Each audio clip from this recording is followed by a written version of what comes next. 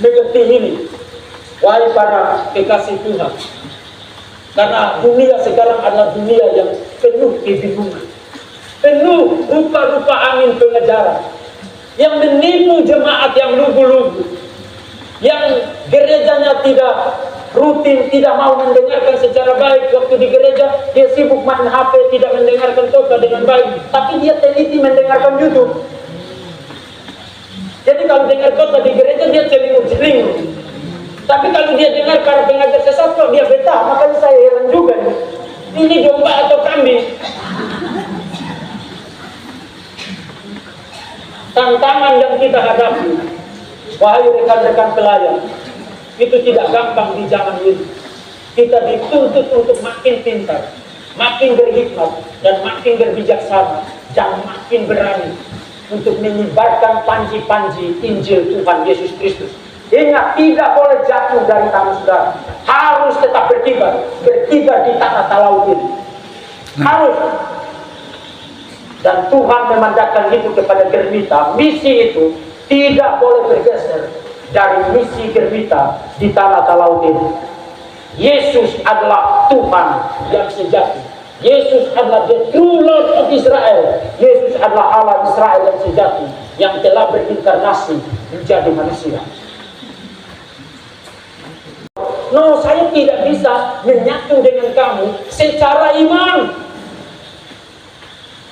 Tapi orang-orang kecil ini, yang mungkin tidak terpandang, yang tidak punya jabatan, atau yang tidak dikenal siapapun juga, kalau dari mulut mereka dan di dalam hati mereka percaya Yesus Kristus adalah Tuhan, Juru Selamat satu-satunya, Gembala yang baik satu-satunya, penyelamat hidup saudara dan saya.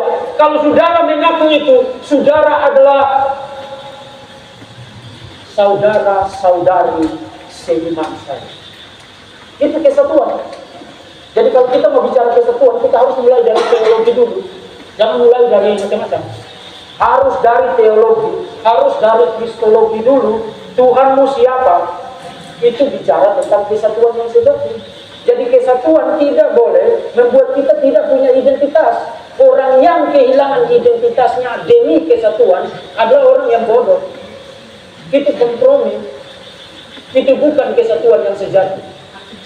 Nah, kemudian satu Allah dan Bapa itu bicara tentang the Father, bicara tentang Bapa. Satu Allah dan Bapa dari semua, Allah yang di atas semua dan oleh semua dan di dalam semua. Tetapi kemudian satu baptisan. Nah, ini satu baptisan apa maksudnya ini? Apakah kita perlu dibaptis dengan cara baptisan yang sama? Bukan itu maksud Paulus. Pada abad pertama mereka tidak ribut tentang apakah kamu baptis dalam atau baptis kecil. Itu keributan abad ke-19, abad ke-20. Itu keributan masa kini, bukan keributan pada zaman para rasul. Ini kenapa? Oke, tolong kita. Keributan tentang cara baptisan itu keributan masa sekarang. Itu bukan keributan para rasul, bukan keributan gereja mula-mula. Tadi di dalam materi saya sudah sampaikan, sampai pada akhir abad pertama mereka terbuka untuk cara baptisan yang beragam. Misalnya di dalam Didache yang ditulis pada akhir abad yang pertama, cara baptisan itu non-isu pada abad yang pertama. Itu baru menjadi isu, seakan-akan masalah banget ketika muncul gereja-gereja Pentakosta dan karismatik ini. Kemudian misi mereka adalah mencari-cari orang yang dibaptis percik dan dibaptis bayi. Misi mereka adalah cari orang semacam itu untuk mereka celupkan. Jadi kalau saudara mau jadi tes celup, pergilah ke sana. Dalam Matius pasal 28 ayat 19, baptislah mereka dalam nama Bapa dan Anak dan Roh Kudus. Kalau saudara dibaptis dalam nama Allah Tritunggal itu, meskipun saudara dipercika, saudara dicelupkan, saudara diapainkah dengan airkah, baptisan itu sah. Itu baptisan yang menyatukan kita sebagai orang-orang Kristen. Kita menjadi one body of Christ. Satu Tuhan, satu Roh, satu Allah, satu baptisan. Saudara, sebelum dia bicara tentang itu, dia bicara tentang satu roh, satu Tuhan, satu Allah Bapa. Jadi waktu dia bicara tentang satu baptisan, tidak mungkin baptisan yang macam-macam. Baptisan in the name of the Father, the Son, and the Holy Spirit. Baptisan dalam nama Bapa dan Anak dan Roh Kudus. Kalau gereja kita menjalankan baptisan, entah dengan cara percik atau dengan cara celup, tapi dalam nama Bapa dan Anak dan Roh Kudus, itu baptisan yang alkitabiah dan sah, tidak dapat diganggu gugat.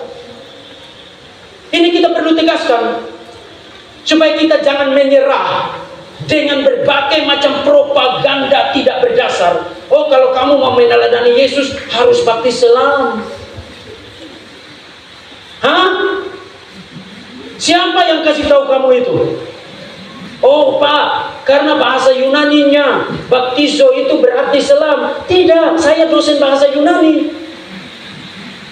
Saya tulis buku pelajaran bahasa Yunani. Perjanjian Baru tidak bilang begitu. Memang salah satu arti dari kata baptizo adalah dicelupkan atau diselamkan, tapi bukan hanya itu. Kata itu juga mencakup percikan dari atas, seperti di dalam Kisah Rasul pasal 1 dan juga di dalam Ibrani pasal 9 ayat 10 sampai 13. You baca aja di situ, dia bicara tentang macam-macam pembasuhan, dan kata pembasuhan di situ menggunakan kata baptismos dalam bahasa Yunani yang berarti baptisan. Macam-macam baptisan, dan ayat yang ke-13, ayat yang ke-22 Ibrani pasal 9 dia bicara tentang percikan. Jadi siapa yang mengatakan kepada saudara bahwa kalau saudara baptis percik itu tidak meneladani Yesus? Hah? Siapa yang mengajarkan itu? Dan lebih ironisnya lagi, saudara-saudara, para hamba Tuhan yang menamakan diri hamba Tuhan ya, yang bilang begitu, sebenarnya orang-orang yang hanya belajar 3 bulan. Mereka pergi kursus kom itu 3 bulan, lalu keluar 3 bulan, dan mereka sudah jago bahasa Yunani. Kemudian kita yang studi berpuluh-puluh tahun ini menjadi bodoh. Ini ironis dah ini.